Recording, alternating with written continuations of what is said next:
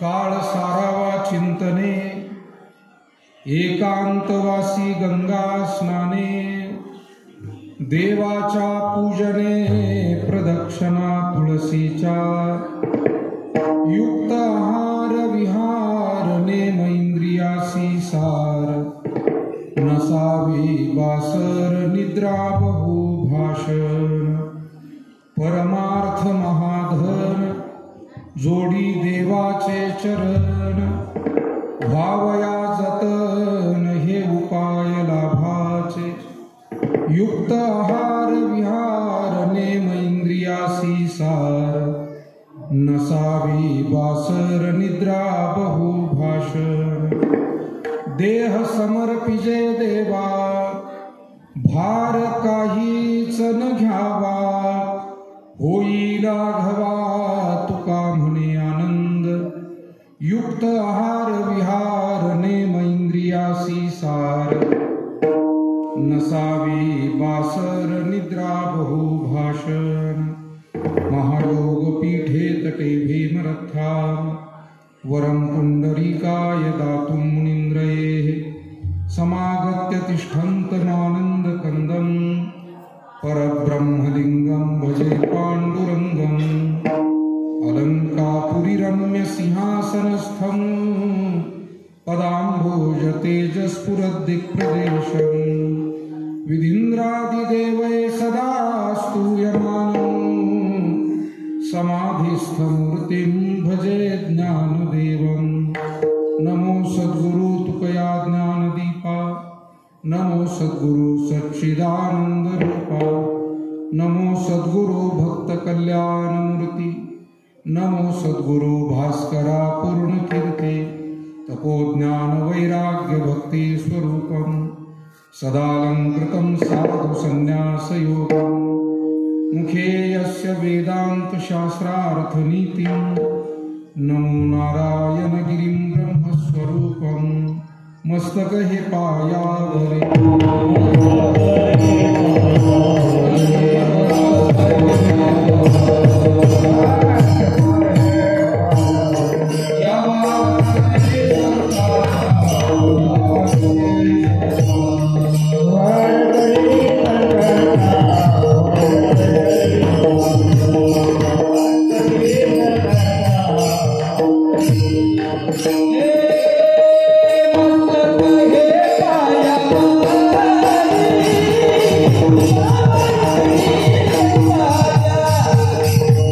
Yeah.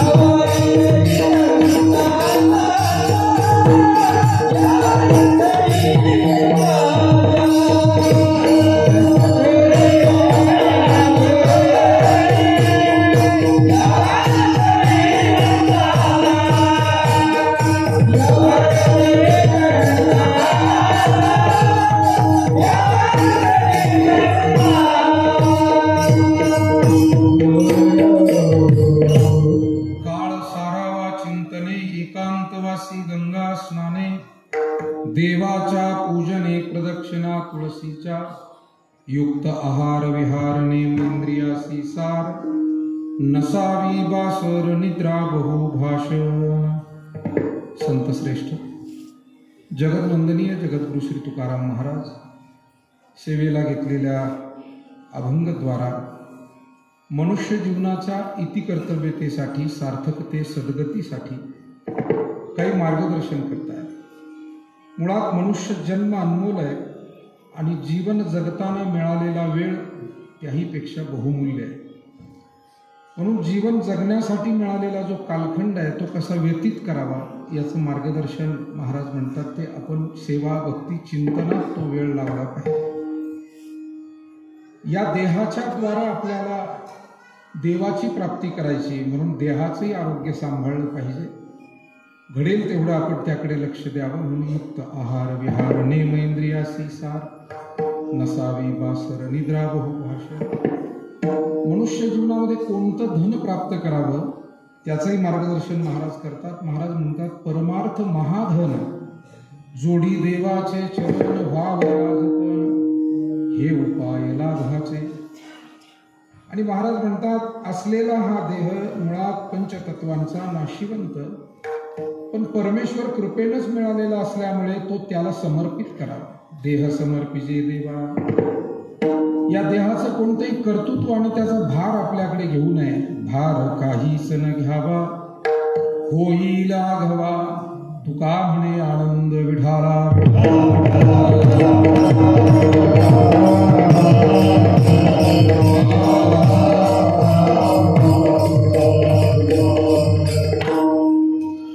अभंगाच्या माध्यमातून काही सेवा बेस कमी करा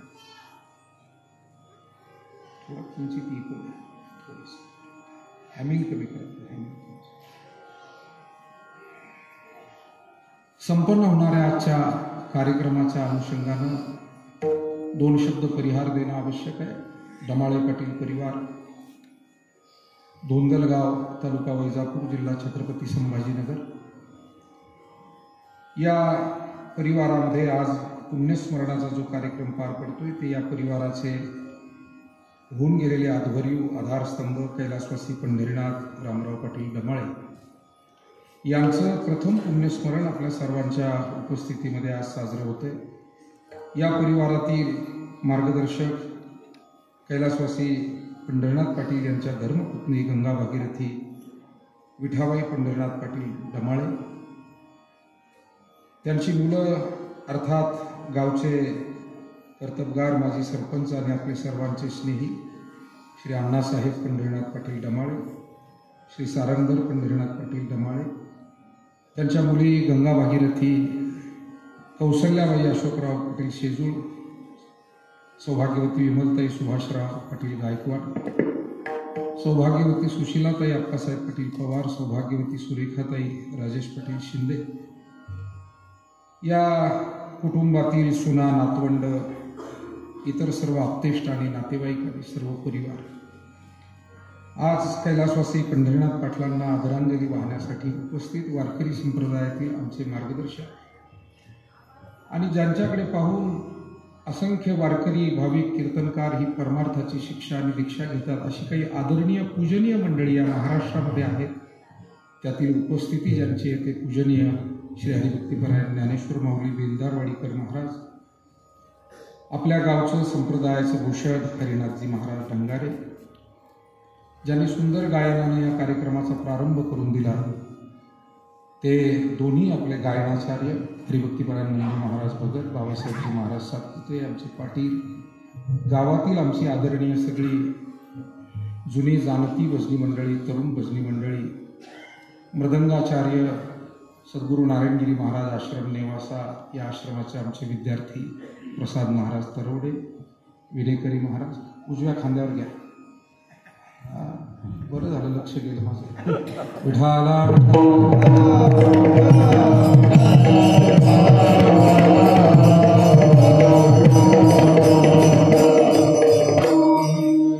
माझ्या समोर बसलेले सर्व वडीलधारी मंडळी, विविध क्षेत्रातील मान्यवर पदाधिकारी, विशेष करून या परिवाराचे सर्व आप्तेष्ट नातेवाईक, टेंबे येथून आलेले सन्मान्य पवार पाटील, जोडेगाव येथून आलेले समस्त सिजूळ पाटील परिवार, गंगापूर येथून आलेले चंद्रशेखर पाटील आणि त्यांचा परिवार, आमचे त्रिभुवन पाटील असतील, या निमित्तानं बाराहते पाटील आहे, भराडे पाटील आहेत, समोर बसलेली सर्वच जाणते मंडळी, अकोली वाडगावचे बनसोडे पाटील आहेत, गावातील अरुण काका आणि सगळी ज्येष्ठ श्रेष्ठ मंडळ, आपल्या सर्वांच्या उपस्थितीमध्ये आज आपण कैलासवासी हरिभक्तीपरायण पंढरीनाथ पाटील यांना आदरांजली वाहतो. त्यांच्याविषयी आपण सर्वजण जाणून आहात आणि मलाही त्यांच्याविषयी जवळून सर्व माहिती आहे, कारण आदरणीय अण्णाभाऊ यांच्याकडे सर्वच वारकऱ्यांचं अगत्यानं येणं जाणं, तसं आमचंही सुद्धा वर्षानुवर्ष या भागात आलं म्हणजे आवर्जून अण्णाभाऊंकडे जाणं येणं, भोजन सेवा, आणि म्हणून मी त्यांना भेटलोय, पाहिलंय, बोललोय. अतिशय आध्यात्मिक व्यक्तिमत्व होतं पंढरीनाथ पाटील. सतत पांडुरंगाचं नामस्मरण त्यांच्या मुखी असायचं. जुन्या पिढीतील एक सरळ साधं व्यक्तिमत्व, परंतु सेवा अत्यंत मोठी. भागीनाथ दादा मगर पाटील हे उपस्थित झाले, उत्तमराव चव्हाण साहेब आले, धन्यवाद. हरिपाठ रोज त्यांचा कधी चुकला नाही. मला आमचे या परिवाराचे भाचे जावई आणि आमची स्नेही मंडळी सुरेश भाऊ शेजूळ असतील, आमचे महेंद्र महाराज शेजूळ यांनी मला अनेक गोष्टी वेळोवेळी सांगितल्या, मीही पाहिल्या. नामस्मरण त्यांचं कधी चुकलं नाही. त्याचबरोबर हरिपाठ नित्यनेमाचा चुकला नाही. पंढरीची वारी त्यांची कधी खंडित झाली नाही, चुकली नाही. प्रपंचाला जोडून होईल तेवढा पुण्य, परोपकार, दानधर्म, सेवा, सत्कर्म त्यांनी सतत केली. मला वाटतं दोनच गोष्टी महत्वाच्या. संसार प्रपंच करत असताना व्यवहारातली जर नीती पाळली आणि अंतःकरणामध्ये ईश्वराची भक्ती सांभाळली तर मनुष्याला सद्गती निश्चितच प्राप्त होते. यामध्ये काही संशय घेण्याचं कारण नाही, यातील नास्तित्व संशय आहे. आणि पंढरीनाथ पाटलांमध्ये या दोन्हीही गोष्टी अत्यंत आदर्श घ्याव्या अशा होत्या. अत्यंत नीतिमान संसार व्यवहार त्यांनी केला. म्हणून तर अण्णा पाटीलांनी यांच्यासारखी पिढी त्यांनी उभी केली की जे सत्य मार्गाने चालणारे, सेवा मार्गाने चालणारे, पुण्य परोपकाराचीच भावना मनामध्ये ठेवणारे हे कुटुंब ज्या अर्थी त्यांनी घडवलं. महाराजांचं म्हणणंच आहे, शुद्ध बीजा पोटी बळे रसावणी कोमटी विठाला.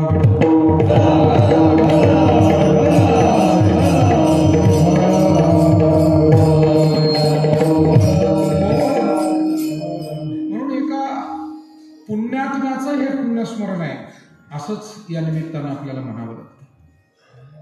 प्रपंच प्रत्येकाच्या पाठीशी आहे, पण या प्रपंचामध्ये ऐसी जोडी करा रामकंठी धरा. आपल्याला प्राप्त काय करायचं हे कळलं, कारण जे आपण प्राप्त करतो ते आपल्या सोबत येत नाही, किंबहुना ते सदैव टिकत नाही. शरीर आटे, संपत्ती आटे, हरिनाम न आटे ते बरं.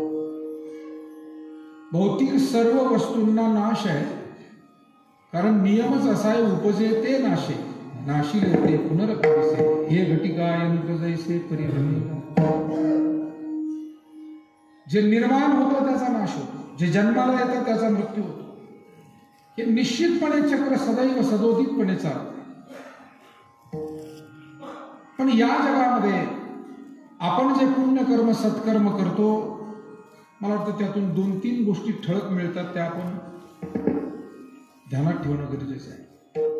आपल्यासारखी असंख्य जी माणसं काही ना काही आपल्या परीने जो पुण्य परमार्थ करतात, त्याच्यातून पहिली गोष्ट आपल्याला मिळते ते म्हणजे समाधान.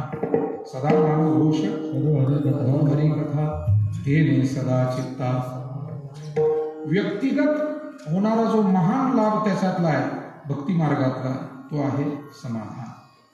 आणि मला वाटतं समाधान ही गोष्ट अशी आहे की ती पैशांमध्ये तोलता येत नाही, मोजता येत नाही. जगामध्ये कोटी रुपये खर्च केले तरी समाधान मिळत नाही, सुविधा मिळतात.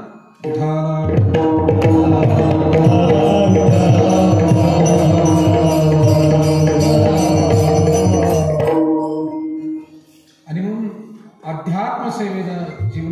भक्ती मार्गानं प्रपंचाला परमार्थाची जोड दिल्यानं समाधान मिळतं, पहिली गोष्ट. दुसरं, जगामध्ये सदकीर्ती निर्माण होते. खरं तर सेवा करणाऱ्याच्या मनात कीर्ती व्हावी ही भावना नसावी, किंबहुना खरी सेवा करणाऱ्या माणसामध्ये तशी भावना नसते, पण तरी सुद्धा केलेल्या सेवेतून कीर्ती ही होतच असते. आपण मान मागून मिळत नसतो, पण आपण दाखवलेल्या माणुसकीनं सेवेनं तो मान सन्मान जगातून आपोआपच आपल्याला प्राप्त होतो. आणि सांगू का आपल्याला, खरा सन्मान कोणता आहे? आपल्या गैरहजेरीत कोणीतरी आपलं तोंड भरून कौतुक करावं, आपली आठवण करावी. मला वाटतं याच्यापेक्षा मोठा सन्मान दुसरा कोणता नसतो. तुका म्हणे जियावे सदकीर्तीने भरवे. महाराजांनी सांगितलं सदकीर्ती होईल असं जीवन व्यतीत करा. आणि म्हणून अध्यात्म मार्गानं, भक्ती मार्गानं पहिलं समाधान, दुसरी सदकीर्ती, आणि तिसरी गोष्ट मिळते सद्गती. महाराजांनी वर्णन केलेलं आहे, उत्तमची गती तो एक पावेल, उत्तम भोग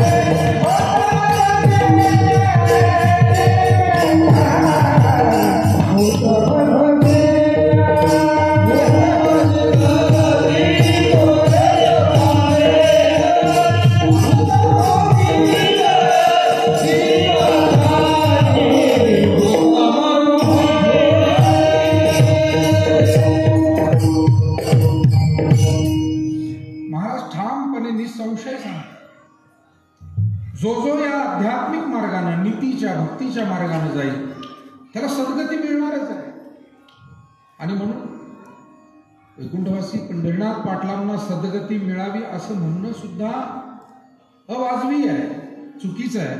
कारण ज्यांनी आयुष्यभर देवाचं नाव सोडलं नाही, हरिपाठादी नित्यनियम चुकवले नाही, ज्यांनी जीवनातली नीतिमूल्य सांभाळली, ती कधी चुकू दिली नाही, त्यांना परमेश्वर चरणी स्थान हे निश्चितपणे प्राप्त होत असतं. आणि म्हणून त्यांनी त्यांच्या जीवनाचं खऱ्या अर्थानं सार्थक केलं. आणि दुसरी गोष्ट, आपल्या पिढीला, आपल्या पुढच्या परिवाराला सेवेचा, भक्तीचा संस्कार दिला. म्हणून सन्मान्य अण्णाभाऊ, त्यांचे बंधू भगिनी, घरातल्या स्त्रिया, मुलं, नातवंड, सात्विक आहे परिवार सगळे. अण्णाभाऊंनी शेती उत्तम केली, ती आजही करतायत वडिलांच्या पाठीशी. त्यांनी अध्यात्म सांभाळलं, राजकारण, समाजकारणही केलं, परंतु ते सेवेच्या उद्देशानेच केलं. हे आपण सगळ्यांनी जमून पाहिजे. आणि या प्रसंगी हे आवर्जून हा कौटुंबिक कार्यक्रम होत असताना आपण ते बोललं पाहिजे. त्याचं कारण, जगामध्ये अनेक ठिकाणी काम करण्याचे योग येतात, पण ते काम आपण सेवामय कसं करावं, लोकहिताचं कसं करावं, मला वाटतं त्यांची धडपड. त्यांनी हे गाव महाराष्ट्राच्या आणि देशाच्या पटलावर नेऊन पोहोचवलं. इतकी मोठी मोठी माणसं, वेगवेगळी सेवा कार्य, जलसंधारणाचं काम आपण सगळ्यांनी, आपल्या दोन्ही चारी जिल्ह्यात ते काम सगळ्यांना माहिती आहे. नाम फाउंडेशनच्या माध्यमातून संवेदनशील आणि सेवाभावी वृत्तीचे जे सिने कलावंत आहेत, नाना पाटेकर, मकरंद अनासपुरे, अशा मंडळींना इथपर्यंत आणून, खरं म्हणजे नेतृत्वाचीच धडपड यासाठी लागते. हे सगळं करायचं म्हणजे, आणि ते बरोबर त्यांनी उत्तम रीतीनं केलं. जाता येता आपण त्या जलसंधारणाच्या कामाचा सगळा लाभ पाहतो, तेव्हा चांगली गोष्ट आहे. आज विद्यमान जी मंडळी काम करतायत तीही या सगळ्या वडीलधाऱ्यांचं मार्गदर्शन घेऊन या गावामध्ये उत्तम काम करतायत. अशा पद्धतीनं या गावचा धार्मिक संस्कार, या गावचा सामाजिक संस्कार, याला एक वारसा आहे. धोंदलगाव म्हटलं की या पंचक्रोशीतलं एक सर्व क्षेत्रामध्ये मार्गदर्शक काम करतात. पूज्य बाजीराव स्वामींसारख्या महात्म्यांचं या ठिकाणी सतत सेवा दर्शन त्यांचं घडलं, मार्गदर्शन घडलं. अनेक संत साधू महात्मे इथे येत राहिले, इकडे शंकर स्वामी महाराजांचं देवस्थान, इकडे सद्गुरू गंगागिरीजी महाराजांचं देवस्थान, आळंदीतून सद्गुरू जोग महाराजांच्या परंपरेतून येणारी आपली सगळी गुरुजन मंडळी, इकडे देवगिरीचं संस्थान, तिथली सर्व साधू संत मंडळी. मला वाटतं या 3 महान ज्या जुने क्षेत्र आहेत याच्या मध्यावरती हे गोंदलगाव आहे.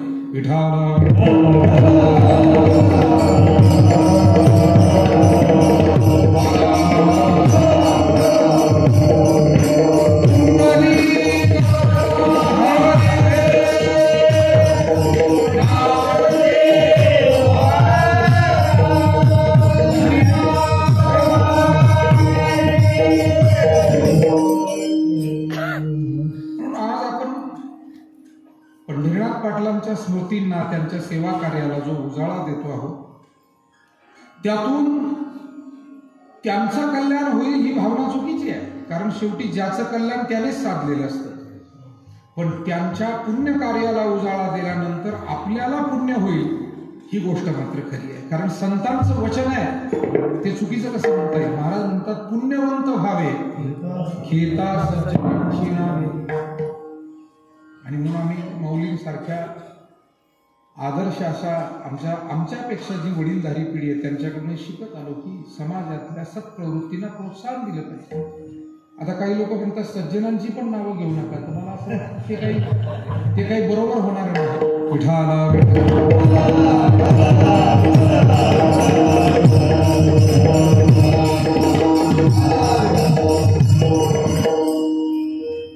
मग आमचं रामायण, आमचं महाभारत, आमची पुराणं वेगवेगळ्या घराण्यांचं वर्णन करतात, वेगवेगळ्या वंश परंपरेचं वर्णन करतात.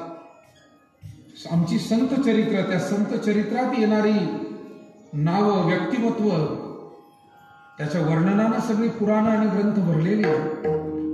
श्रीमद भगवद्गीतेसारखा तत्वज्ञान स्वरूप असलेला ग्रंथ, तो गोष्टीरूप ग्रंथ नाही आहे. पण त्याच्यामध्ये सुद्धा अनेकविध नावांचा, पहिल्या अध्यायात तर पुष्कळ नावांची रेलचेल आहे. निमित्त कारणाने का होईना, पण भगवान श्रीकृष्णानं सुद्धा प्रासंगिक स्वरूपामध्ये तो उल्लेख केला. मला वाटतं हे संदर्भ सुद्धा ध्यानात घेणं फार गरजेचं आहे. आणि जनकादिकासारख्यांचे आदर्श उदाहरणं गीतेतून स्वतः श्रीकृष्णानं आम्हाला सांगावे. मला वाटतं हे सज्जनांच्या उच्चारणाचं काय फलित आहे किंवा ते किती महत्वाचं उच्चारण आहे याचं दिशादर्शन करणारी ह्या गोष्टी. आणि म्हणून आज पंढरीनाथ पाटलांची आठवण यासाठी आहे की त्यांनी त्यांच्या सत्कर्मानं, पुण्यकर्मानं, सज्जनतेनं त्यांची जीवनयात्रा ते जगले. त्यांनी सद्गती प्राप्त केली. कारण नाम घेता वाया गेला ऐसा कुणी ऐकला, सांगा विनवितो तुम्हासी संत महंत सिद्धर्ष. परंतु त्यांच्या स्मरणातून आपल्या जीवनासाठी काही बोध मिळतोय का? कारण जीवन शेवटी अनमोल आहे. आणि वाळवडील माणसं, आपल्या अगोदर होऊन गेलेली जी आदर्श स्त्री पुरुष, ते आपल्यासाठी मार्गदर्शक असतात. दीपस्तंभाप्रमाणे ते काम करत असतात. जहाजाला किनारा नेमका कुठे आहे हे दाखवण्याचं काम त्या समुद्राच्या काठी असलेलं दीपघर, दीपगृह, तो दीपस्तंभ उभारलेला असतो. आणि त्यामध्ये चमकणारा जो दिवा आहे, पूर्वी तेलावरती दिवे होते, नंतरच्या काळामध्ये आज ते इलेक्ट्रिक दिवे तिथे आहेत, लाईट्स आहेत. पण जहाजाला नेमकं ठिकाण कळतं की आपल्याला जाण्याचं थांबण्याचं योग्य ठिकाण किनाऱ्याला कुठे.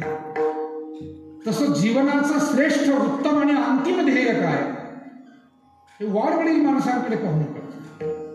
आणि म्हणून तैसे हरपले आपण पे पावे, तै संता ते पाहता दिवसावे, म्हणून वानावे ऐकावे तेच सदा. त्यांचं वर्णनही करावं, त्यांच्याविषयी ऐकतही राहावं.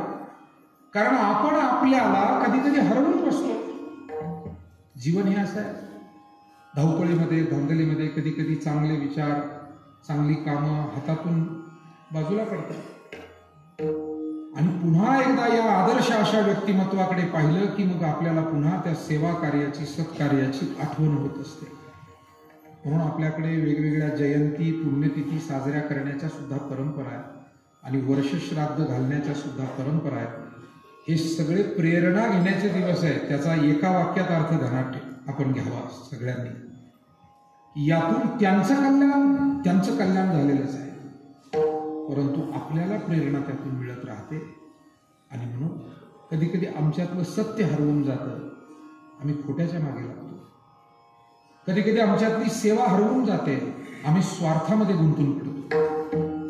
कधी कधी आमच्यातले सद्विचार सद्भावना लोप पावतात, आम्ही दुर्भावनेच्या आहारी जातो, अविचारी जीवन जगू लागतो. जसं नारदांना पाहिल्यानंतर आणि त्यांचे 2 शब्द ऐकल्यानंतर रत्नाकराला वाल्याकोळ्याला सुद्धा जीवनाचा मार्ग सापडला. मला वाटतं किती भयंकर कृत्य करणारा तो होता. एखादा अर्ध पाप केलं तरी माणसं अशा माणसाला थोडंसं दूर ठेवतात आणि त्यानं तर आयुष्यच पापात घालवलेलं होतं. येईल त्याची हत्या, येईल त्याला मारायचं, लुटायचं. किती माणसं मारली याची मोजदाद नव्हती. फक्त माणूस मारला की खडा रांजणामध्ये टाकायचा, ब्राह्मण मारला की जानवं एका बाजूला, जानव्याचे ढीग लागले होते, रांजणाचे खड्याचे रांजण भरले होते.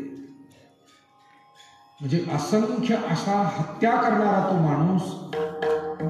पण प्रेरणा मिळाल्यावर काय होतं? योग त्याचा चांगला, जीवनातला त्याचा भाग्योदय झाला. भाग्याचा उदय देणे जोडी संत पाय. मायबाप या संत जनांचे आणि आपल्या गाथा ज्ञानेश्वरीचे, आपल्या वारकरी संप्रदायाचे तुमच्या आमच्यावर आणि सगळ्या महाराष्ट्रावर, जगावर फार मोठे उपकार आहेत. हे उपकार सांगो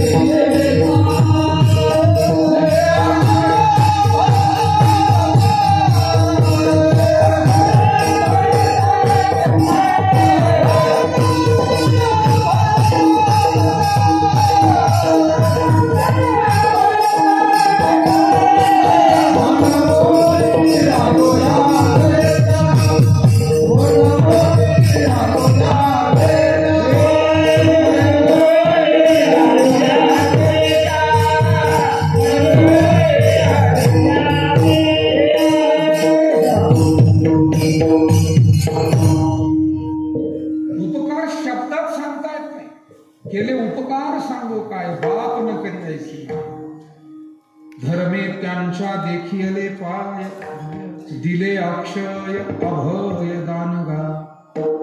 संतांनी वेळोवेळी समाजाला सत्य मार्गाविषयी, सेवा मार्गाविषयी, सद्भावनेविषयी जागृती दिली. माझं निरंतर जागवी आणि हे निरंतर काम ते करत राहिले. काही कामही निरंतरच करायचे.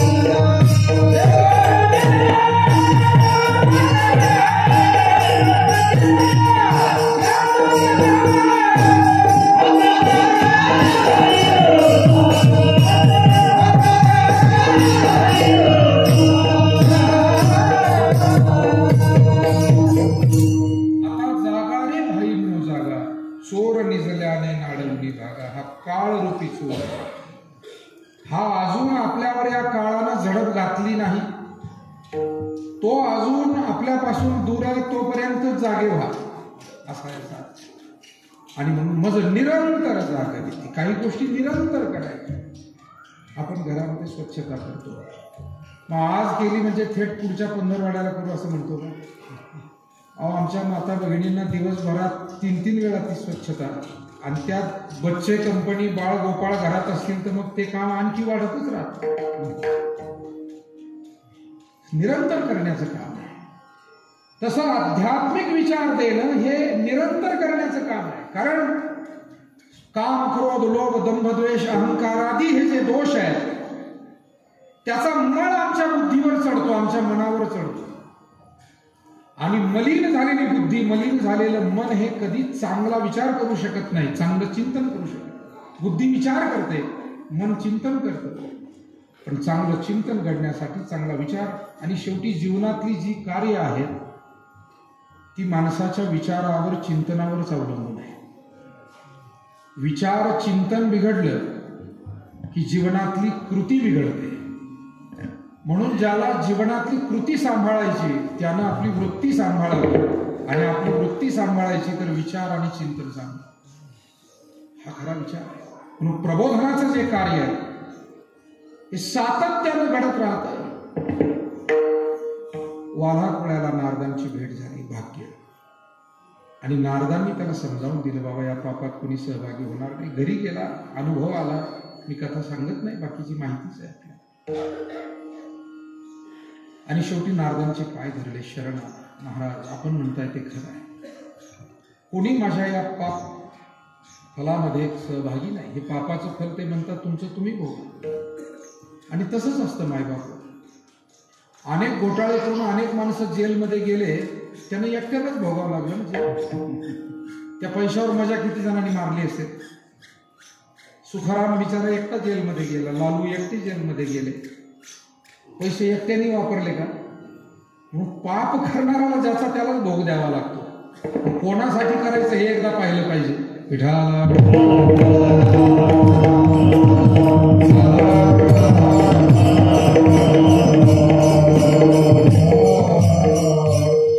किती उदाहरण आहे ते देशात. त्या बॉन्डचा घोटाळा करणारा किलगी असेल, सारा घोटाळ्याची माणसं असतील. अनेक मुद्दा इतकाच आहे की ज्याचं त्याला हे फेडावं लागतं. आणि मग का करायचं? कशासाठी? चुकीच्या मार्गात. नारदांच्या भेटीनं, नारदांच्या सहवासानं, प्रेरणेनं त्याचं अंतःकरण बदललं, विचार बदलला.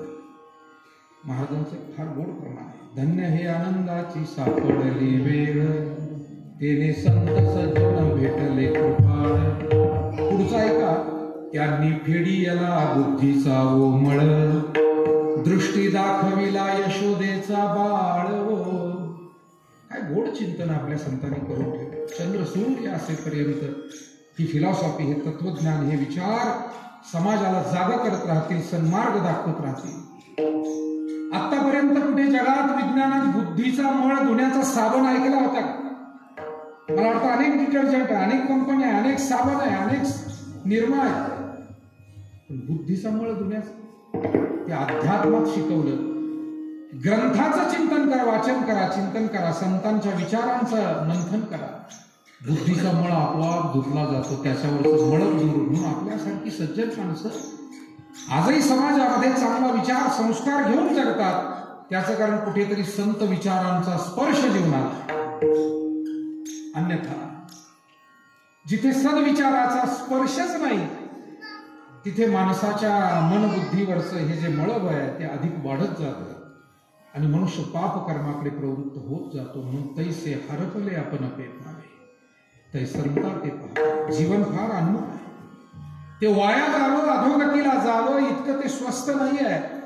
कारण स्वर्गीचे अमर इच्छिता ती देवा मृत्यूलोकी व्हावा जन्मा. स्वर्गातल्या देवादिकांना हा मनुष्य जन्म मिळावा असं वाटतंय. मग जगद्गुरु तुकोबारायांना असं वाटलं आपण आपल्या जीवनाला होईल तेवढं सार्थकी लावण्याचा प्रयत्न केला.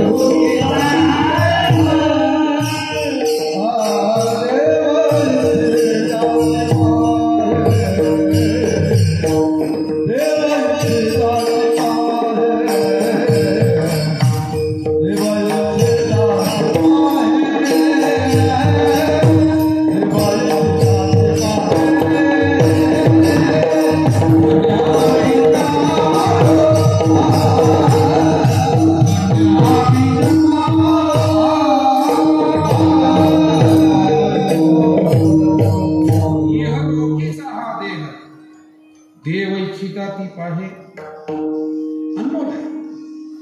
आणि महाराज म्हणतात आम्ही आमच्या जीवनामध्ये या मनुष्य जीवनाला सार्थकतेकडे नेण्याचा प्रयत्न केला. याजसाठी केला होता अट्टहास, शेवटचा दिस गोड व्हावा.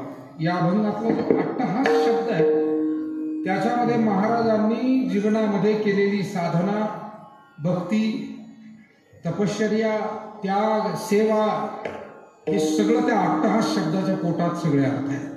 हा अट्टहास जीवनामध्ये केला, हा भक्तीचा अट्टहास, समाजाच्या सेवेचा अट्टहास. आणि म्हणून जीवन काही लोक हे उच्च ध्येयानं जगतात, काही लोक फक्त खाणं पिणं जगणं मौज मजा करणं या सामान्य ध्येयानं जगतात. तर काही लोक आपण सुखी नाही झालो पण दुसऱ्याला सुखी होऊ द्यायचं नाही अशा तुच्छ ध्येयानं जगतात. असा वेगवेगळ्या जीवनाचा विचार आपल्याला अवतीभोवती दिसतो. तुच्छ हेतून जीवन जगणारे म्हणजे त्यांचे हेतूच तुच्छ आहे. एक जण असा सदैव त्याचं भांडण व्हायचं कोणाशी ना कोणाशी. घरच्यांशी पटत नव्हतं, गावातल्यांशी पटत नव्हतं, वरिष्ठांशी नव्हतं, कनिष्ठांशी नव्हतं, कोणाशीच पटत नव्हतं. मला असं वाटतं आपण माणूस आहोत, आपल्या प्रत्येकाची एक आवड निवड आहे, स्वभाव आहे, विचारधारा आहे. सर्वांचं सर्वांशी पटत नसतं, हा मानव धर्म आहे, हे आपण समजू शकतो. सर्वांचं सर्वांशी पटत नसतं कुठल्या क्षेत्रात. पण ज्याचं कोणाशीच पटत नाही, घरच्याशी नाही, दारच्याशी नाही, त्यानं ऍडमिट होऊन घ्यायला पाहिजे, स्वतःवर उपचार करून घ्यायला पाहिजे. हे आपण काहीतरी गंभीर आजारी आहोत हे त्यानं त्याचं समजून घ्यायला. कोणाशीच नाही, कोणाशीच पटत नाही असा एक माणूस एका गावात, कोणाशीच पटत नाही,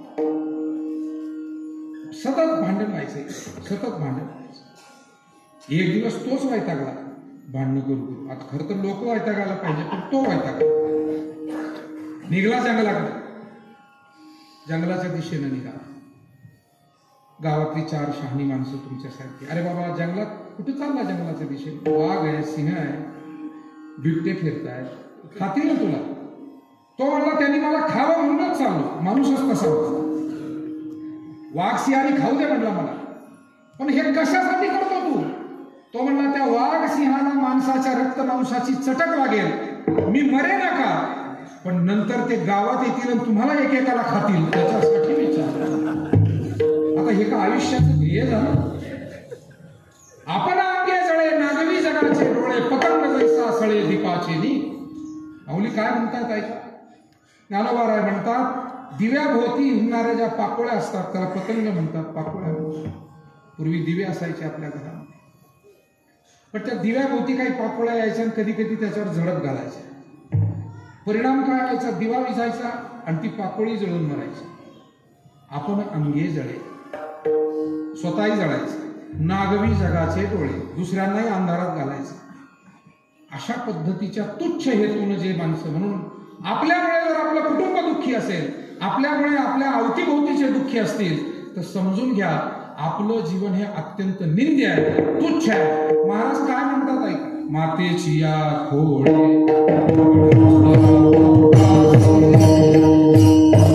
मातेची या खोडे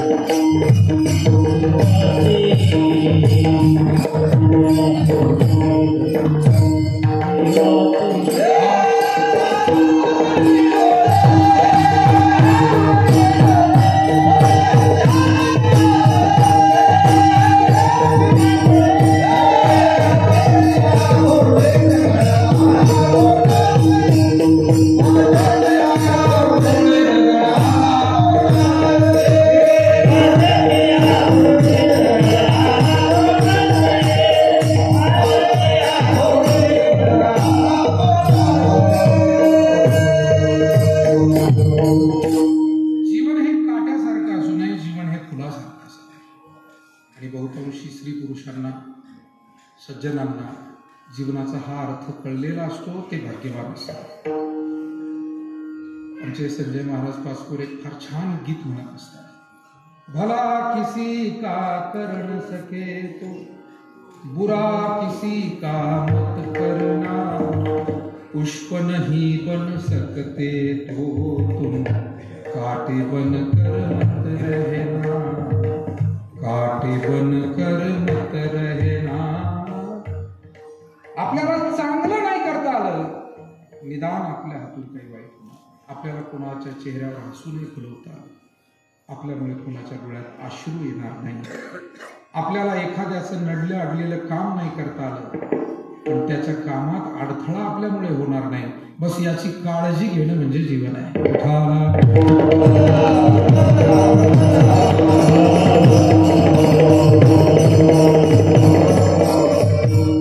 नित्य आणि तुच्छ हेतून जीवन जगणारी काही माणसं, जे स्वतः दुःखी होतात, इतरांना दुःखात घालतात. सामान्य हेतून जीवन जगणारी माणसं, जे फक्त स्वतःच्या स्वार्थापुरता विचार करत जीवन जगतात, त्याच्या पलीकडे त्यांना त्यांचं जग नसतं. यावं जीवेत सुखम जीवेत ऋणम कृत्वा घृतम पिता. म्हणजे एक राजे, त्यांच्याकडे नेहमी हजामत करायला गावातले न्हावी दादा यायचे. तो बिचारा न्हावी दादा गरीब माणूस, पण राजाची 4-2 दिवस हजामत करायला तो यायचा. आणि राजेसाहेबांनी एक दिवस त्याला प्रश्न विचारला, अरे बाबा, आपल्या नगरीमध्ये कसं काय चाललंय लोकांचं? म्हणजे राजेसाहेब खूप सुखी आहे लोक आपले. गरीबातला गरीब माणूस सुद्धा 100 रुपये पाळू नये. त्या काळात 100 रुपये फार जुन्या काळात. राजाच्या लक्षात आलं बहुतेक न्हावी दादाच्या जवळ 100 रुपये असावे. ज्या अर्थी म्हणतात गरीबातला गरीब माणूस 100 रुपये पाळू नये. राजानं त्याला सांगितलं, तू जा आणि काही पाणी घेऊन ये म्हटलं, गरम पाणी. हजामत चालूच होती. न्हावी दादा पाणी आणायला गेला, गरम पाणी. बस, राजाने न्हावी दादाची धोपटी उघडली आणि त्याच्यात ते रुपये होते. पूर्वी नाणे असायचे, नोटांचा वापर कमी होता, नाणे असायचे. ते नाणे 100 नाणे होते. त्याच्यातले 5 काढून घेतले राजाने, गंमत म्हणून. त्याची हजामत, ते काम पूर्ण झालं. तो न्हावी दादा घरी गेला. त्याला संध्याकाळी सहज आठवण झाली आणि तो अधूनमधून ते मोजून पाहिजे. गरीब माणूस कष्टाने मिळवलेला रुपया. संध्याकाळी तो गेला आणि ते मोजायला लागला. 95 भरले. 1दा 2दा 3दा मोजले. खूप दुःखी झाला. झोप नाही आली त्याला. गरीब माणूस आहे, त्याच्या कष्टाची कमाई आहे, वाईट वाटणारं स्वाभाविक आहे. 2-3 दिवसांनी पुन्हा राजाच्या हजामतीला गेला. राजाने पुन्हा तोच प्रश्न विचारला, कसं काय चाललंय रे आपल्या नगरीमध्ये? काही बोलूनच तो शांत झाला. राजाने पुन्हा विचारलं, अरे बाबा, मी तुला काय विचारतोय, कसं काय आहे नगरीमध्ये? आपल्या सगळं बरं आहे का? महाराज, बरं आहे सगळं, पण सुरक्षित नाही म्हणे. आता तुम्ही सुरक्षित नाही? अरे परवा तर तू म्हणत होता सगळं फारच चांगलं आहे, मजेत आहे, सगळं आलबेल आहे. आता कसं काय सुरक्षित नाही? अहो म्हणे, गोरगरिबांनी कष्टाने रुपया आणा पैसा कमवावा आणि कुणीतरी चोरट्यांनी त्याच्यावर डल्ला मारावा, असं आपल्या नगरीत चाललंय. पण अशा डल्ला मारणाऱ्यांचं चांगलं होणार नाही. राजा मला पुढे बोलू नको, बघा, लई शिव्या शाप देऊ नको. अशाला माहित होत, फार शिव्या शाप देऊ नको. राजाने ते 5 रुपये पा म्हणे, मीच तुझी गंमत म्हणून हे काढून घेतले. 5 तुझे 100 आणि माझ्याकडून हे 5 तुला आणखी बक्षीस. पण इथून पुढे फक्त स्वतः पुरता विचार करत जाऊ नको. तुझं बरं आहे म्हणजे सगळ्यांचं बरं आहे असं म्हणत जाऊ नको. अवतीभोवतीच्या लोकांची सुद्धा काही सुख दुःख असली तर ती कानावर घालत जा.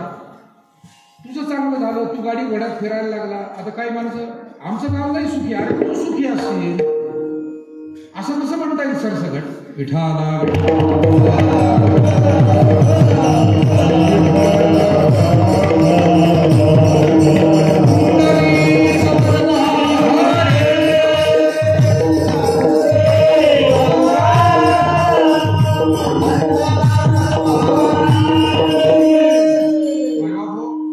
काही माणसं अत्यंत सामान्य दृष्टिकोन, सामान्य हेतू ठेवून जीवन जगतात. स्वतःचं भलं आहे ना, मग सगळं जगाचं काही हो, त्याचा विचार ते करत नाही. पण विशेष उद्दिष्ट ज्यांच्या जीवनाची ठरलेली असतात ना, ते इतरांच्या दुःखानं दुःखी होतात आणि इतरांच्या सुखात सुख मानतात. किंबहुना हे जीवन अधिक आपलं जीवन सुखमय कसं करता येईल आणि इतरांना सुख कसं देता येईल, सगळी संत प्रमाण आहे. सेवितो हा असं वाटितो घ्या रे होऊ नका, याला म्हणावं जीवनाचं उच्चतम ध्येय, की मी हे सुखी असेल पण माझ्या सोबतीनं अवतीभोवतीचे सुद्धा सुखी. मला वाटतं असा अनेक सज्जन समाज अजून शिल्लक आहे. सर्व जाती धर्मामध्ये अशा सज्जन प्रवृत्तीचे लोक आहेत की ज्यांना सगळ्यांच्या सुखाची थोडीफार कळकळ आहे, इतरांच्या अडीअडचणीत जे मदतीसाठी पुढे होतात. ही उच्चतम ध्येय आहे जीवनाची. आणि म्हणून जीवन हे अनमोल आहे, पण ते काय उद्दिष्ट घेऊन जगायचं, काय ध्येय घेऊन जगायचं, हे आपल्याला शिकवण्याचं काम संत मंडळी करत असतात. जगद्गुरु तुकोबारायांनी विचार केला, माझं जीवन सुखी झालंय, पण माझ्या अवतीभोवती जो जनता जनार्दन आहे, जनसामान्य जीवमात्र सगळे मनुष्य मात्र आहे, त्यांनाही जीवनाचं उचित असं ध्येय कळावं, उचित मार्ग सापडावा. आणि म्हणून महाराज मार्गदर्शन करण्यासाठी समाजामध्ये प्रवृत्त झाले. खरं तर मला नेहमी मनामध्ये विचारायचं, आम्ही केवढे भाग्यवान लोक. तुम्ही तारीख घेता, सन्मानानं बोलावता, सगळी व्यवस्था उभी करता. आता हे कार्यालय, ही सुंदर साऊंड सिस्टीम, तुम्ही सगळी एवढी मोठी माणसं पुढे वेळ काढून बसता. किती चांगले दिवस आहे कीर्तन भजनाला. महाराजांच्या काळात कोण तारीख घेतो? महाराजांना कोण सन्मानानं तुकोबारायांनी आमच्या संतांना कोण बोलावितो? कारण लोक अज्ञानानं ग्रासलेले होते आणि परमार्थ म्हटला तरी अंधश्रद्धेचाच परमार्थ जास्त होता. जादू टोना जंतर मंतर, नारायणगिरीजी महाराजांच्या भाषेत छा छू फा फू महाराजांचे शब्द. अशा पद्धतीनं अशा चुकीच्या मार्गाला निघालेले लोक, आणि त्यांना जीवन ध्येय सांगायचंय. तुकोबारायांनी कोणाच्या निमंत्रणाची वाट पाहिली नाही, ते स्वतःच समाजापर्यंत गेले आणि समाजाला हा अमृताचा अध्यात्माचा उपदेश अमृतमय वाणीनं त्यांनी केला. देव घ्या कोणी, देव घ्या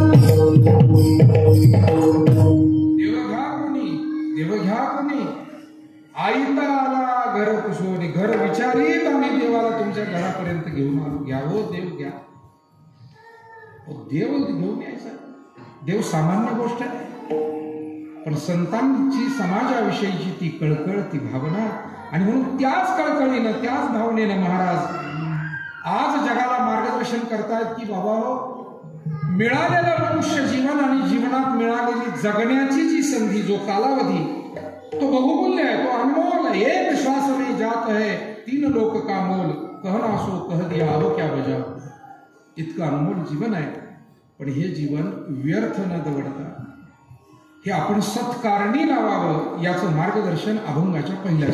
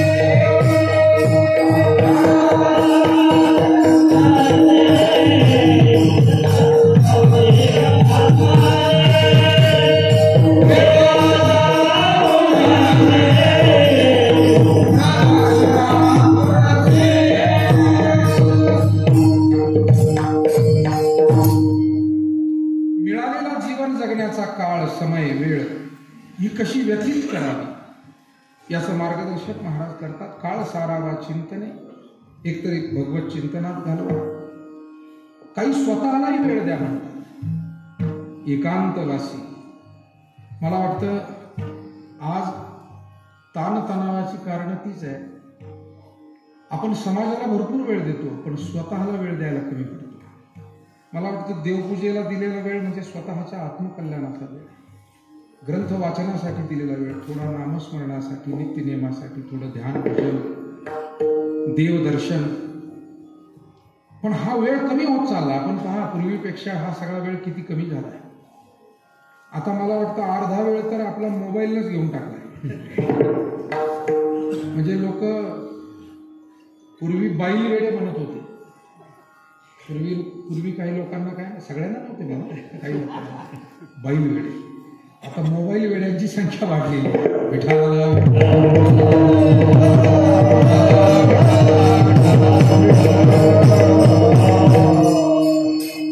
मला नेहमी वाटतं की वेळेचं ऑडिट कधीतरी केलं पाहिजे आणि आपलंच आपल्याला करावं लागेल. आपल्या वेळेचं ऑडिट दुसरा कोण काय करणार? आपल्या व्यवहाराचं ऑडिट दुसऱ्याला सोपवता येईल, सीए आणि इतर लोक जे आहेत.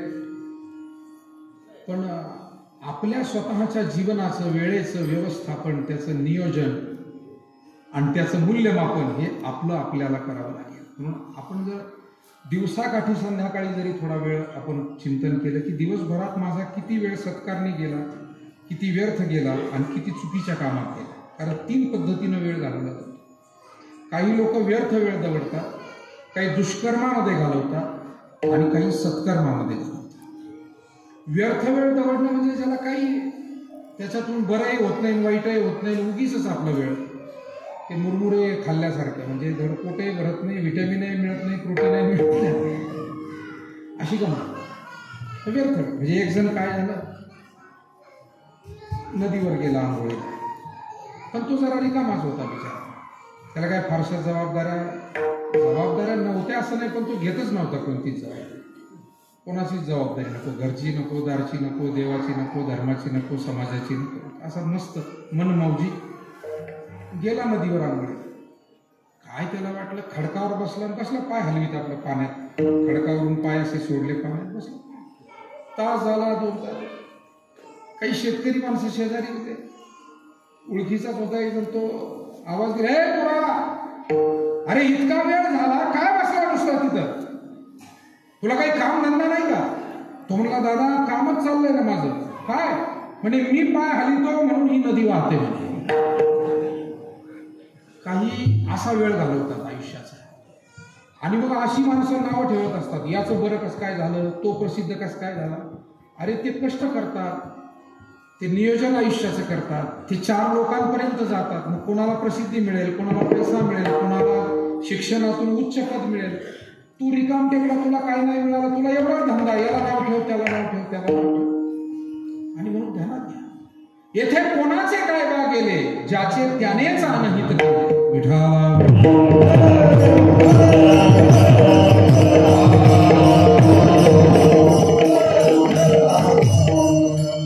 एक गोष्ट आपण केली पाहिजे की हे दिवस मोजून आहे आपल्याला आयुष्यात, तास मोजून आहे, सेकंद मोजून आहे. त्याच्यापेक्षा 1 सेकंदही जास्त मिळणार नाही, त्याच्यापेक्षा 1 महिना, 1 वर्षही जास्त मिळणार नाही. आणि मग त्याचा अपव्यय आपण का करावा. म्हणून पुष्कळ चांगली माणसं आहे की जे सदोदित उचित कार्यामध्ये वेळ देतात. जसं आता हे सुखदुःखात येणं, जाणं, भेटणं उचित वेळ आहे, एक प्रकारची सेवा आहे. अशा पद्धतीच्या कौटुंबिक कामासाठी, सामाजिक कामासाठी, धार्मिक कामासाठी, राष्ट्रीय कामासाठी, कधी स्वहितासाठी, कधी परहितासाठी असा काही योग्य वेळ आपण घालवणं आणि कधी आत्मकल्याणासाठी वेळ आपला व्यर्थ जाता कामा नये. वेळ व्यर्थ जाऊ नये तसा तो दुष्कर्मात तर अजिबात जाऊ नये. नाहीतर काहींना वेळ मिळतो, पण जर मोकळा वेळ आहे म्हणून ते काहीतरी चुकीचंच करून बसतात. मला वाटतं की रावणाला थोडा अवकाश मिळाला, वेळ मिळाला त्याच्या राज्यकारभारातून आणि त्याच्या गडबडीतून. रामायणाचं उदाहरण आपल्याकडे ठेवतो. मग रिकाम्या वेळेत असं माणूस जशा स्वभावाचा असतो ना तशा गोष्टी त्याला सुचत असतात. म्हणून रिकामपण हे फार घातक असतं. माणूस चांगला असेल तर रिकामपणात त्याला चांगलं सुचेल, आणि माणूस जर विचित्र बुद्धीचा असेल तर त्याला रिकामपण जर मिळालं तर ते फार घातक असतं. त्याला विचित्रच सुचतं, चांगलं कधी सुचत, चांगलं कधी सुचत. रावणाला थोडा वेळ मिळाला आणि मग त्यानं आपल्या दरबारात तो मोकळा वेळ होता. अरे म्हणे ते राम वनवासाला आलेला आहे. म्हणे हो राम वनवासाला. त्याच्यासोबत त्याचा भाऊ लक्ष्मण आहे. हो भाऊ लक्ष्मण. त्याची पत्नी सीता सुद्धा आहे. हो म्हणे त्याची पत्नी सीता. मारीच मामा आपण दोघं मिळून जरा एक प्लॅन करू म्हणे. बघा बरं रिकाम्या वेळेचा उपयोग कसा आहे. विचित्र स्वभाव असेल तर रिकाम्या वेळेचा उपयोग असेल. मारीच मामा माझ्याबरोबर तुम्हाला चालवा, आपण जरा सीतेचं अपहरण करू, तिला चोरी करून घेऊन येऊ, पण त्याच्यासाठी तुम्हाला सुवर्णाचं हरिण व्हावं लागेल. मारीच मामा म्हटला हे असं काम चुकीचं मी करणार नाही. रावण खवळला, तोला मामा करावं लागेल, नाही केलं तर इथेच मारील. मारीचाला म्हटलं आता मरण दोन इकडं पण आहे. तिथं गेल्यावर सुद्धा इतकी मोठी चूक करायची म्हणजे रामाच्या हातून आपण वाचत नाही, आणि याचं नाही ऐकावं तर याच्या हातून मरण ठरलेलं आहे. फक्त निवड एवढीच करायची होती, आता कोणाच्या हातानं मारायचं नाही, मरण आहेच. मला वाटतं काही गोष्टीची निवड सुद्धा महत्वाची असते, आणि म्हणून निवड केली रामाच्या हातून मरण्याची. तर याच्या रावणाच्या हातून मरण्यापेक्षा रामाच्या हातून मेलो तर मला सद्गती लाभे, भक्त अथवा वैरिया व्हावे माझी याची. आणि म्हणून मारीच तयार झाला. रावण साधू वेश घेऊन गेला. मारीचाला सोनेरी हरण होऊन पाठवलं. सीतामाईनं त्या हरणाच्या वस्त्र मिळावं ही अपेक्षा केली. राम त्याची शिकार करायला गेले. राम येत नाही म्हणून लक्ष्मणाला पाठवलं. सगळा घटनाक्रम आपल्याला माहिती आहे. आणि जेव्हा राम लक्ष्मण दोघंही पंचवटीतून बाहेर पडले त्यावेळेला रावणानं सीतेचं अपहरण केलं. याला म्हणतात विनाश काले काळ. माणसाला मोकळा वेळ जर मिळाला त्यावेळेला जर विनाश बुद्धी सुचली तर तोच आपला विनाश काळ ठरू शकतो. आणि म्हणून जीवनामध्ये वेळेचंच महत्व आहे, आणि वेळ कशी घालवली याच्यावरच जीवनाचं मूल्यमापन आहे. वेळ व्यर्थ घालू नये, वेळ दुष्कर्मात घालू नये. शेवटी रावणाचं काय झालं, दुर्योधनाआधी कौरवांचं काय झालं, षडयंत्र सतत केली. आणि या उलट हनुमानजींना ज्या ज्या वेळेला वेळ मिळाला युद्धातून त्यांच्या याच्यातून त्या वेळेला हनुमानजी एकांतात गेले, कुठेतरी झाडाखाली बसले आणि त्यांनी भजन सुरू केले. श्रीराम जय जय राम, श्रीराम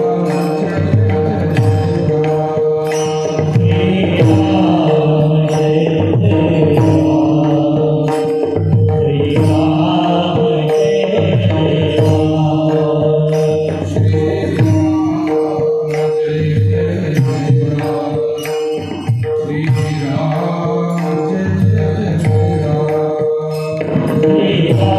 Jai Ram.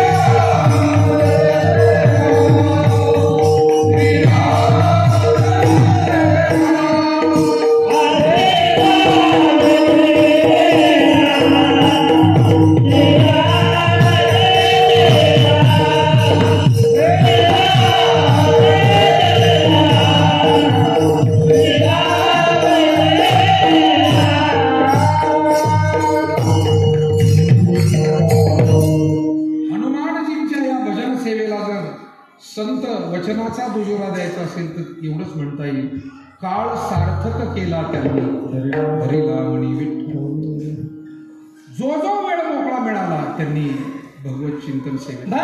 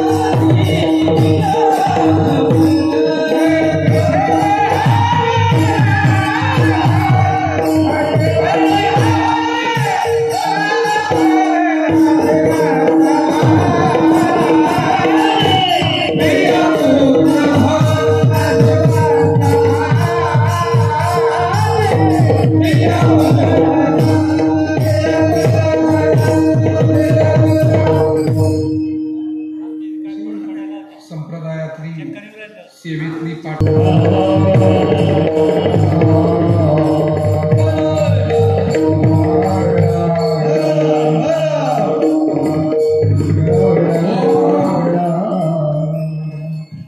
तुका म्हणे काळा हना तोंडावरी भाता भरा हरिनाम गाणे. काळाला पराभूत करा आणि आपल्याजवळ हरिनामाचं पुण्य संचय करा. म्हणून काळ व्यर्थ घालू नये, काळ सत्कारणी लावावा. हा राम प्रभूचं भजनामध्ये हनुमानजींनी काळ उदाहरण पुष्कळ सांगण्यासारखे, परंतु काळ सार्थक केला त्यांनी. म्हणून काळ सारावा चिंतनी एकांतवासी. कधी स्वतःलाही काही वेळ आपण देणं, थोडंसं जीवनाचं आत्मचिंतन करणं, काही स्वतःच्या चित्त समाधानासाठी, अंतःकरण शुद्धीसाठी काही थोडी सेवा साधना आपल्याला जी जी शक्य आहे. कुणी हनुमान चालिसेचा पाठ करेल, कुणी रोज हरिपाठ घेईल, कुणी काही माळेचा जप करेल. पण या गोष्टी कुणी ग्रंथांचं, ज्ञानेश्वरी गाथेचं काही वाचन नित्यनेमानं करेल. या गोष्टी आवश्यक आहे. एकांतवासी, गंगा स्नान, तीर्थांचं स्नान हे सुद्धा मनुष्याला पवित्रता देणारं, ऊर्जा, उत्साह, सद्भावना प्रदान करणार. आणि देवाच्या पूजने ईश्वर पूजन हे मनुष्याला पुण्यप्राप्ती करून देतं, सद्गतीपर्यंत घेऊन जातं. प्रदक्षिणा तुळशीच्या आणि तुळशीच्या प्रदक्षिणा. खरं तर आता एक काही ठळक मुद्दे सांगितले. या समान जी जी सेवा कार्य आहे, सांगण्याचा उद्देश महाराजांचा असा असावा की अशी जी जी पुण्य कार्य आहे त्यामध्ये आपलं आयुष्य व्यतीत करा. पण हे आयुष्य अनमोल आहे. मिळालेला हा देह हा सुद्धा पुण्यप्राप्तीचं धर्म कार्य करण्याचं साधन आहे. शरीर माध्यम धर्म साधन. पण पुढे महाराज म्हणतात या शरीराला सुद्धा, त्याच्या आरोग्याला सुद्धा सांभाळण्याचा प्रयत्न करा. अभंगाचं दुसरं चरण.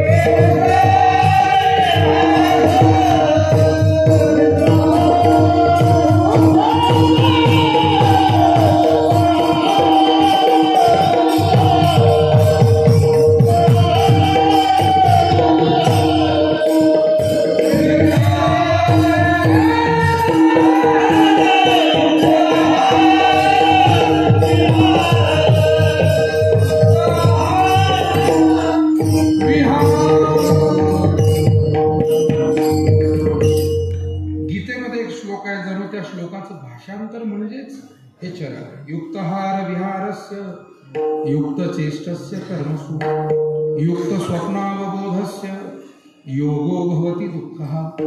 दुःखमुक्त होण्यासाठी संतुलित जीवन, संयमित जीवन आणि म्हणून युक्त आहार विहार.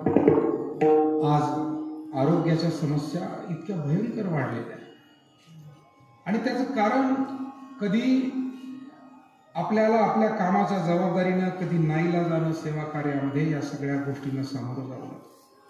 मला आपल्याला सांगावं लागेल, वारकरी संप्रदायामध्ये सुद्धा आमची जी पूजनीय कीर्तनकार, साधू, संत पण एवढं स्वतःला झिजावतात, एवढं स्वतःला कष्टमय करून घेतात की त्याचा त्रास पुढील काळामध्ये होतो. आमचे पूजनीय माऊली महाराज इथे बसलेले आहेत.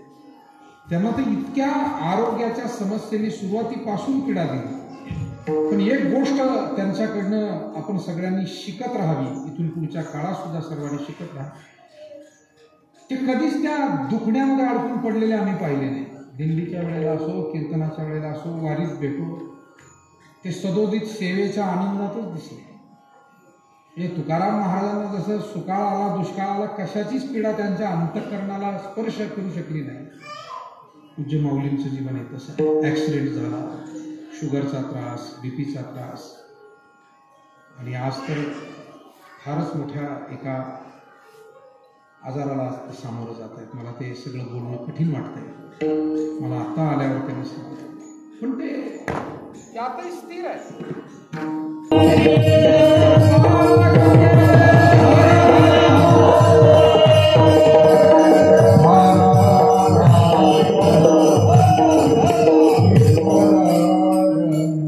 पुढील 5-7 मिनिटांमध्ये मी पुढील सर्व चरणांचा सरळ अर्थ पाहून थांबतो. वेळ बराचसा झाला आहे. 12:30च्या जवळ जाऊन काटा पोहोचलेला 5-7 मिनिट बाकी आहे. परंतु सुरुवात करायला उशीरच झाला. आम्हाला यायला थोडंसं श्रीरामपूरला एक छोट्या कार्यक्रमाला भेट देऊन यायची. 9 वाजता आम्ही श्रीरामपूरमधून निघालो आणि इथे 11:45ला पोहोचलो. थोडंसं एक 15-20 मिनिटाचा नेहमीपेक्षा उशीर झाला. माऊली महाराज या अगोदरच या ठिकाणी उपस्थित झालेले. बरीचशी मंडळी त्यावेळेला आलेली होती. नंतर आपणही आलात, पण वेळेत आपण हा कार्यक्रम पार पाडणं गरजेचं. महाराज म्हणतात युक्त आहार विहार.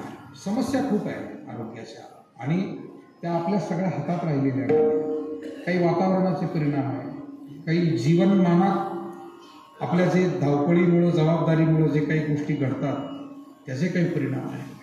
पण आपण प्रयास करावा आहार विहार सांभाळण्याचे.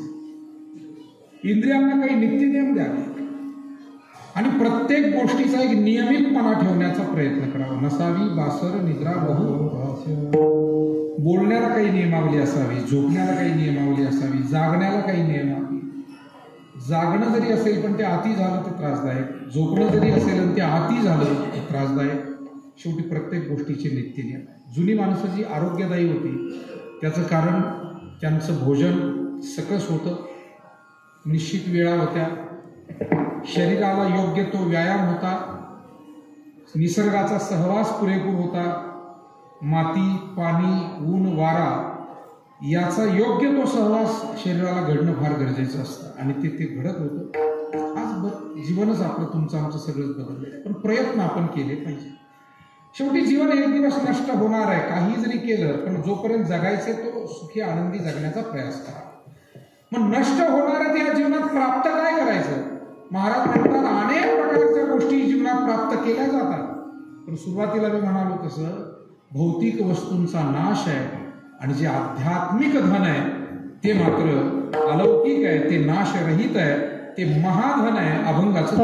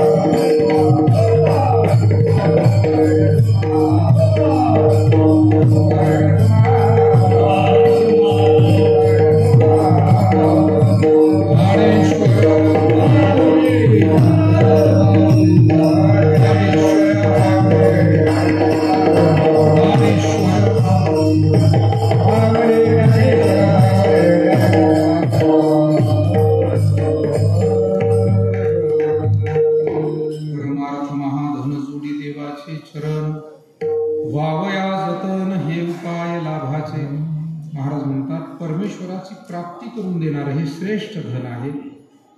न आटणारं जोडिले हे न सरे धन अविनाश आनंद धन अमृतमूर्ती मधुसूदन समचरण देखील असं हे धन आहे. आणि ते मला वाटतं खऱ्या अर्थानं पंढरीनाथ पाटलांनी त्यांच्या जीवनामध्ये ते मिळवलं. आणि अशा पद्धतीचा एक अध्यात्माचा धनसंचय करून मागच्यांनाही तो संस्कार देऊन त्यांनी इहलोकीचा निरोप घेतला. आणि म्हणूनच आज त्यांना ही श्रद्धांजली आदरांजली आपण वाहण्यासाठी मोठ्या संख्येने उपस्थित झाला. डमाळे पाटील समस्त परिवार समस्त ग्रामस्थ दोंदलगाव आणि डमाळे पाटलांचे आपले सर्वांचे स्नेही आदरणीय अण्णाभाऊ डमाळे पाटील आणि त्यांच्या परिवाराचे सर्व आप्तेष्ट पै पाहुणे मंडळी, राजकीय धार्मिक सामाजिक शैक्षणिक शेती आणि अशा इतर सर्व क्षेत्रातील मान्यवर आपण उपस्थित आहात. भजनी मंडळी आहे, महाराज मंडळी आहे, हरिनाथ महाराज माऊली बाबा सगळे उपस्थित आहे. आपण ज्येष्ठ श्रेष्ठ वारकरी उपस्थित आहात. आपल्या सर्वांच्याच वतीनं भावपूर्वक आदरांजली मी पंढरीनाथ पाटलांना अर्पण करतो. सतत त्यांनी आयुष्यभर नामस्मरण केलं, हरिपाठासारखा नित्यनेम केला, पंढरीची वारी केली, उत्तम प्रकारे शेतीमध्ये कष्ट घेतले आणि व्यवहारातली नीतिमत्ता सांभाळून अंतःकरणातली भक्ती त्यांनी सांभाळली. मला असं वाटतं की एक अत्यंत गोड जीवन जगले, आपल्या परिवाराला एक चांगला संस्कार दिला आणि मग अण्णाभाऊसारखे एक धार्मिक सामाजिक कार्यकर्ता नेतृत्व या गावातून या भागातून समाजाला मिळालं. मी या निमित्तानं भावपूर्वक आदरांजली अर्पण करत असताना परमेश्वरचरणी त्यांना स्थान प्राप्त झालेलंच आहे, परंतु त्यांचे आशीर्वाद या सर्व परिवाराला मुलं मुली सुना नातवंड सगळ्यांना राहोत आणि या परिवाराची पुढील वाटचाल सुद्धा भक्तिमय आनंदमय उत्कर्षमय हो एवढीच प्रार्थना त्यांच्या चरणी मी करतो. तुकोबाराय म्हणतात हे जीवन आपल्याला दुःखरहित आणि आनंदमय जगायचं असेल तर त्या देहातून जी कर्म होतात त्याचं कर्तृत्व आपल्याकडे घेऊ नये. मुळात देह काही वेळेपुरता परमेश्वरानं आम्हाला दिलाय, म्हणून त्याला तो समर्पित करावा, त्याचा कुठलाही भार आपल्याकडे घेऊ नये आणि मग जीवनामध्ये अगवा आनंद होईल. अभंगाचं शेवट